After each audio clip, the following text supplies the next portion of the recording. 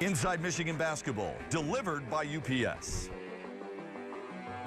The records continue to fall for this Michigan basketball team, but the one record they wanted more than anything else is something that has eluded this program since 1986, winning that championship outright. Their magic number as they headed toward Champaign-Urbana was down to 1, ready to take on the Fighting Illini, a defense that had held its previous 4 opponents to under 50 points per game. But Michigan's offense, number 1 in the conference in shooting, 3-point shooting, and free throw percentage, had a totally different story in mind. When you work as hard as you have, right, and that opportunity meets hard work, right, you're successful. You just take it at them, but you got to take it personally. You can't go out there and say, oh, we got this game, we're going to have some other games. No, you take this game like this is the last game you're ever going to play. Take it personally. Michigan's focus was clear from the very beginning. They came out aggressive and sharp and pushed the Illini on their heels. The Wolverines drilled 7 of their first 10 shots with Derek Walton and Nick Stauskas in an early groove. Hesitates, now fires for 3. Give me that. Beautiful stroke from Stauskas. Michigan would begin to blow it wide open midway through the half by hitting 8 consecutive triples, led by freshman Zach Irvin off the bench. Albrecht, right side, Irvin, a deep 3. Tasty! And Nick Stauskas, who led everyone at the break with 14. Walton around a Horford screen, 2 seconds. Tosses to Stauskas, an NBA 3. Got it! Oh!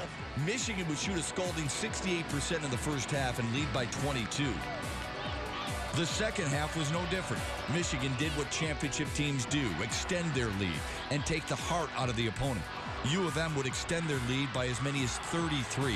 They put 3 players in double figures, led by Stauskas' league-best 12th 20-point performance. He would finish with 24 that included a career-best 7 threes. Albrecht a jab step, drives baseline. Feeds Stauskas, open from the corner, ring it up! The Wolverines would hit 16 triples on the night, the most in a Big Ten game in program history. And they would have Illinois its worst loss at Assembly Hall history. Michigan leads start to finish in an 84-53 final to clinch the Big Ten Conference crown outright for the first time since 1986. Well, that was thorough, wasn't it? That was a complete game. It's the best we've played all year. And, you know, we played a pretty hot Illinois team as well. So when we come out and we start making threes, and we haven't done that a great deal this year, like at that volume, it takes the heart out of the other team sometimes. And it's just tough to stay in there. When they would make a run and they'd hit a shot and we'd make a 3, and they'd hit another shot and we'd make a 3. So it was all good stuff for us. Coach, you had scored at halftime more points than the previous 4 opponents that Illinois had scored in an entire game. Can you tell me about the contagiousness that the shots were? Oh, there's no question, Matt. The shooting is very contagious, whether you're not making shots or you are. And it's happened a few times to us this year where we haven't made shots, but this time we were on fire, and it just made a big difference in our defense. When guys are making shots, they guard much better too. And so while it was tough to keep a couple of guys out of the lane and they got a couple of offensive rebounds, we were really focused on our defense because our offense had been so good the whole game. How much pride do you take in doing what you just did? This is the first time this has happened for Michigan since 1986. Yeah, it is it's a funny feeling because we focus on this so much at the University of Michigan, and I think every team in the Big Ten does. They focus on winning the regular season championship. So it's hard for me they asked me that right away. I didn't even know what to say other than it's a goal and accomplishment. I think there's a quiet moment there, a humbling moment that you just say to yourself, wow, we did it. All right, now what do we do? And so we just got to continue to press on. You know, confident that we will have an NCAA bid and we will have a Big Ten. We'll be the #1 seed in the Big Ten tournament, and we'll have a 12 o'clock game. We're going to have to do it all over again. With the ultimate mission accomplished, what did Michigan play for in their final regular season game of the year? We'll show you what and how they did it after this.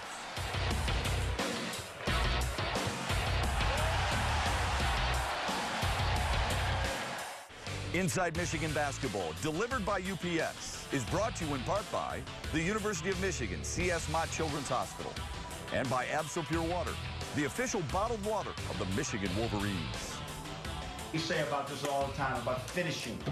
Finish the term paper, right? Finish the study hall. Let's finish practice right. Now we have a chance to finish our regular season the right way. The right way. Stand up, J-Mo. This guy right here has been an unbelievable leader. He's been an unbelievable captain. Make sure when you go out there today, you take care of his back, because that's really what's most important. Lock arms, guys. Lock arms. It's the last time Squad 98 will be in Chrysler Center as a unit, as a whole, as a team in here. We're going to play a lot longer than this, but in here, this is it for this team. Appreciate it. Have fun with it. Earlier today, Indiana showed up for shoot-around. Let me show you what one of their managers came off the bus with. Assistant coach Bakari Alexander let his team know why he was so upset before they battled Indiana. Came off the bus with a broom. What do you think this broom symbolizes? They feel that the players from their state is going to send a message to the players on our team from that state that the likelihood of you having a winning record against Indiana during your time in Michigan will be slim to none. Now, there's only one way you're going to get this broom back in the closet. And it's going to be real simple. It's right here on this little telegram that I had today. You got to go out there and win the game. Let's go to work. It was senior night, Saturday night, before Michigan took on Indiana. The lone senior leaving, Jordan Morgan. Second all-time in career games played, second all-time in field goal percentage as well. And he was determined to make sure his last game at Chrysler Center was a memorable one. He scored Michigan's first 6 points, was a beast on the glass, and led by inspiration. Levert between the legs, right side for Walton. Lobs on an entrance feed to Morgan off the glass, and it crawls in.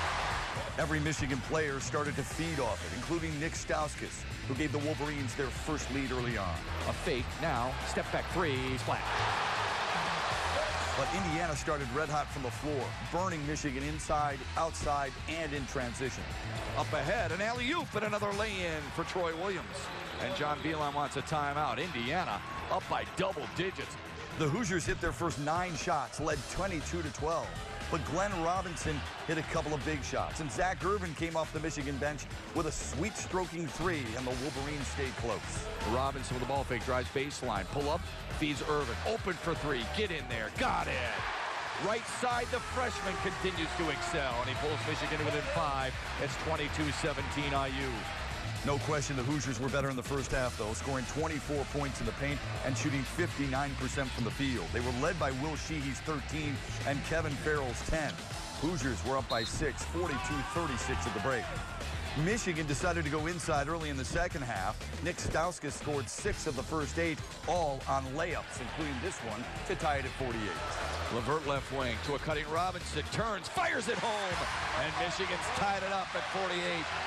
Michigan would then gain a 6-point lead on a couple of different occasions with their captain, Jordan Morgan, leading the way. Leaves it for Stauskas, deep inside, Morgan jams it down. The Wolverines led by as many as 11 before IU pushed back to tie it at 75. Then more theatrics from Robinson. Stauskas with a dribble drive, a kick out. Robinson for the corner for 3. Ring it up! Michigan would close it out at the line and beat Indiana 84-80, meaning the Wolverines beat every team in the conference at least once for the first time since 1992. On behalf of our whole team, we want to thank the greatest home crowd all year long. Tremendous job. Go Blue! Indiana's had our number the last 2 years. You know, they played a really tough game today, so for us to come out there and step it up defensively in the second half, that was key. No one kind of believed in us when we first got started. You know, we lost Tim, Trey, you know, Mitch went out with his back injury. You know, we believed in each other, and we came into practice every day with the right mindset. So we give it up to all you guys. I thank my teammates and everybody. You know, let's keep this thing rolling.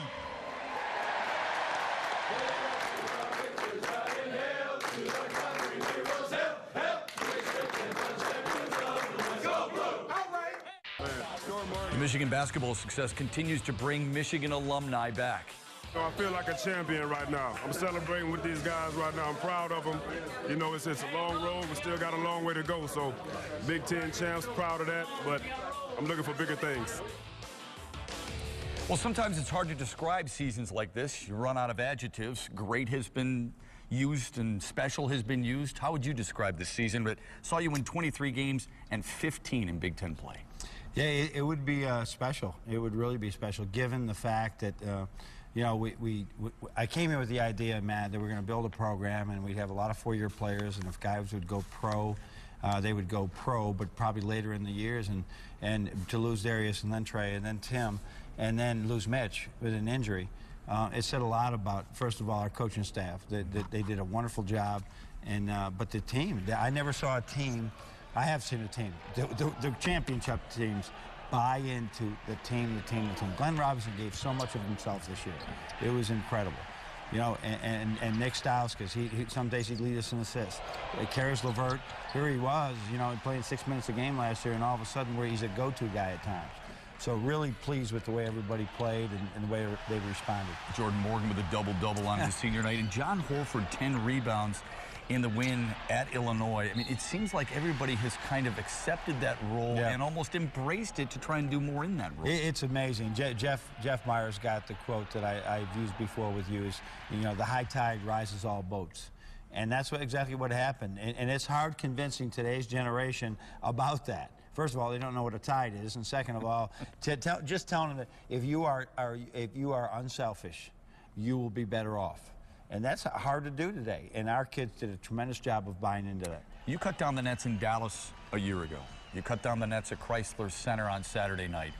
I don't know if they're any different, but this one had to feel a little different from the standpoint of you got your entire crowd behind you and you had a chance to say thank you to them. It was a wonderful experience.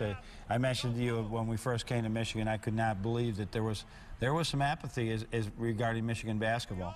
And now it's 7 years later, and that was an energetic group of fans. The student population has been tremendous since over the last 5 or 6 years since we started winning. And you have to win, and you also have to put young men on the court that the crowd's going to identify with. They love, you know, a Jordan Morgan. How can you not love that? They love a Spike Albrecht or a Glenn Robinson, Nick Stiles. They love that stuff. And as a result, we've been very lucky to it, whether it was the Stu Douglases, whose mom and dad were here today, or Zach Novak, or all the great players we've had here. They've done a great job of relating to the crowd. Your last television show, we talked about the 1989 team and how you brought them in. After the win against Indiana, Charles Woodson, a Heisman Trophy winner, was inside your locker room. Esso Akune, Javon Shepard, they came back. David Merritt was in there. That has to make you feel especially gratified knowing that football players, past Michigan guys, maybe some guys you didn't even know until you got here. It's absolutely incredible, the support that we've had. And you know, Terry Mills said it really well to me when he was talking about being at the Final Four last year. And he ended up saying, you know what, he's at the Final Four. He's sitting with several great players, with Glenn Rice, Charles Woodson. He's sitting there with him. He says, we're just Michigan guys now. We're just Michigan guys. We had great careers here, but we love Michigan. And when you have the hockey players and the football players and the basketball players and the softball players all just loving Michigan, it means a lot to these guys forever. And Jordan Morgan will be a guy that will be one of those true blue guys for the rest of his life. Coffee with the Coach presented by Tim Hortons. This week's question, Chris from right here in Ann Arbor. Hopefully you will play 3 games in 3 days in the Big Ten tournament. How does that change your game planning, if at all? Well, that will be difficult. We're going to make sure that we rest our guys enough this week to be ready for that, but anybody we play is going to be doing the same thing. But we got to structure this week so we lift hard. I think we're going to lift hard on Sunday. We're going to practice, have a regular practice on Monday, and then take a really good day off on Tuesday. And then really go, you know, Wednesday will be a good practice, and Thursday will be like almost nothing. So we got to try and get our legs ready. Congratulations, Coach. All right. Thank you very much. Our Elrose Steel Ironman of the week, the captain, Jordan Morgan. On senior night, he boasts his first double-double of the year, the 5th of his Michigan career. 15 points, 10 rebounds. He led with physicality, he led with inspiration, and Michigan finishes Big Ten play 15-3. Jordan Morgan, our Elrose Steel Ironman of the week. And he joins us now, and what an effort it has been from you for all 4 years here, 5 years, but you had the red shirt, and for your team all season long. How special has this season been for you? Because you seem like the kind of guy who has embraced the fact that this might be my last fill in the blank. Yeah, I mean, it's been amazing. It's been probably one of the most fun years I've had here. Just being able to let go and just enjoy my last bit of time here, however long that may be. And you know, I got some great teammates, and they make it fun every day. So you came out with a sense of purpose. I mean, you had 6 early points, 2 early rebounds, en route to the double-double. How much was that a focus of you to start so strong on a special night for you? You know, I don't know if that was necessarily how we called the plays. It was just how things worked out. They kind of had mismatches on me. I had guards on me, and that, you know, that made it hard for them to guard me, you know, in the paint and keep me off the glass. So that, you know, it was just my job to take advantage of that. I know last time they did the same thing, and if I hadn't took advantage of it early in the game, it would have hurt us all night. John Beilein has talked about you wearing NCAA watches, 2 Big Ten rings, an NCAA semifinal, or I should say finals ring as well. You're going to need a new jewelry case, I'm sure, but does this one feel any different than some of the past accomplishments your teams have had? I mean, it's a lot more special. Why is that? I mean, it's outright, and it's been an interesting year. You know, this position of leadership that I've had this year is something new for me, and I've been able to grow a lot in my role as a leader. And you know, just to do it with these guys in my last go around, when there was so much adversity, and I could have given up at any point, but and we could have given up as a team as well. So I mean, for us to stick with it and just band together and come through and win a championship like this is amazing. What a moment at the beginning for you, your mom, your dad, and the crowd cheering your name and the pictures and the signs out there. Could you ever imagine when you first enrolled here to have that type of attention for you on your final game? Probably not. I mean, if you had tried to describe what our program would look like on my senior night when I first got here, I don't know if I or anybody else would have believed you, but we've come so far, and to see that growth is what's really the most special thing, is knowing where it came from and all the work that came into putting this program where it is now. Michigan basketball team has given back to its fan base all season long. Now it's time they give back to some kids who really need their support. That emotional story is next. Michigan student athletes have been visiting C.S. Mott Children's Hospital for 20 years now to do their small part to help ease the pain of young patients and their families. The Big Ten champion basketball team stopped by the new hospital March 6th between a weightlifting session and their usual practice.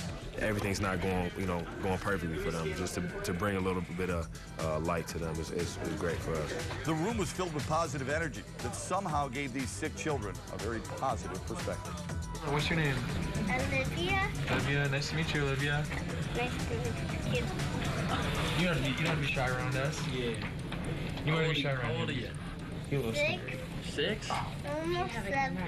See them put a smile on their face, have their parents here. I mean, all the things they go through, it's the least we could do. And, we really enjoy seeing them and being around them. They're so happy to see us, and we're, happy to come here, too. It's just, it's a really good thing to, give back and just make the kids happy because, brighten up their day. Every day counts. Hey, buddy, what's your name? Keenan. Nice to meet you, Keenan. I'm Sean. The impact goes 2 ways. These strong, seemingly invincible student athletes get just as much out of their visit, maybe even more. These student athletes are just, they're rock stars, they're superstars to these patients, to the parents, They've been dealing with these hard times of being in a hospital, and to get to meet the Michigan basketball team is it's a lifelong dream for these parents. Or even some of the adults that are patients here that they've seen them on TV and now they get to see them in person is a big deal. Michigan Athletics and C.S. Mott Children's Hospital. They go hand in hand. And of course, they were led by Jordan Morgan. His idea to bring the Michigan basketball team there to visit those kids for the first time this season. That'll do it for this week's edition of Inside Michigan Basketball. Thanks a lot for joining us as Michigan celebrates its first outright Big Ten title for the first time since 1986. This trophy is going to look really good at the practice facility all season long and from here on out. Hope you can join us next week. We'll recap the Big Ten tournament as the Wolverines tangle with all oncomers in Indianapolis. Until then, have a great week, everybody, and go blue. Inside Michigan Basketball, delivered by UPS. Let UPS put the power of logistics to work for you.